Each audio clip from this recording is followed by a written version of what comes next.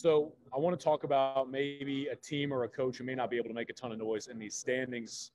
Who is the coach on the hot seat in this conference, Blake? Oh, it's Bryan Harsin without a doubt. I mean, kind of like I alluded to earlier, he avoided getting fired after year one, which is crazy because they were one play away from beating Alabama, which would have made him a legend at Auburn. So it's just the coaching world is crazy.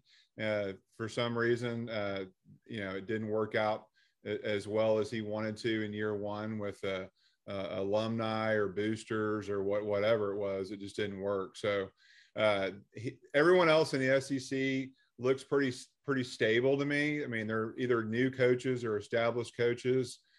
He's the one guy that really sticks out like a sore thumb on a guy that has a chance to not be around after this season. But Auburn's invested a ton of money into their coaches that aren't there anymore. So do they want to keep investing millions of dollars into coaches that are coaching elsewhere? That's the question they'll have to answer. And just looking at their schedule, I mean, it doesn't look good for them at the end of the season because their schedule's brutal. So we'll see what they're made of, but they got their work cut out for them this year. I think down at Auburn, they got to really do some soul searching and ask themselves, what is going to make you happy at Auburn? You had a huge sampling size of Bryan Harsin from Boise State and Arkansas State to decide on whether or not you wanted him to be the coach. And you went on an absolute hostile takeover to try to knock this guy out the box.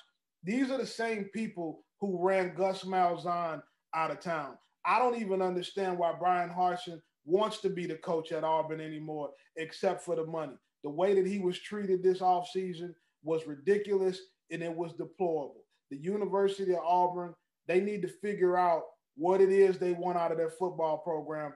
It's not a job that I would see a lot of big-time guys wanting to take with the way that that program is ran down there at Auburn. It's sad to see the way the coaches have been treated, and they really need some real direction from somebody going forward. Somebody has to be in charge of that deal.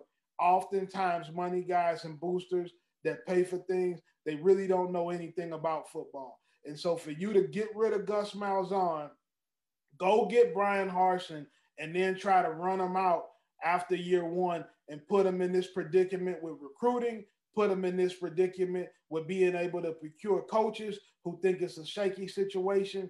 It just shows the lack of leadership down at Auburn. And it's very disappointing to see an SEC program of that caliber moving the way that they're moving at Auburn.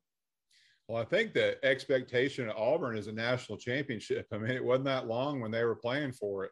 So I think they've got, like you said, the boosters and the people involved in the program can make a lot of decisions. So they got to pick a guy, leave him alone, let him do his thing, let him run his program. And that's the key. And so, someone will want that job. It's a great job. It's in a tough conference, but it's a job that Gus Malzahn's proven that you can beat Alabama. You can go to the national championship game. You can win a national championship. So it's just something that, they're going to have to decide on who that right fit is for them and just leave them alone. And Blake, the guy that led them to the national championship game a couple years ago, is coaching at Central Florida now. He beat Alabama. He did all those things you said, and that wasn't enough for the people down there. I don't know what they need to happen down there. It's really confusing to me.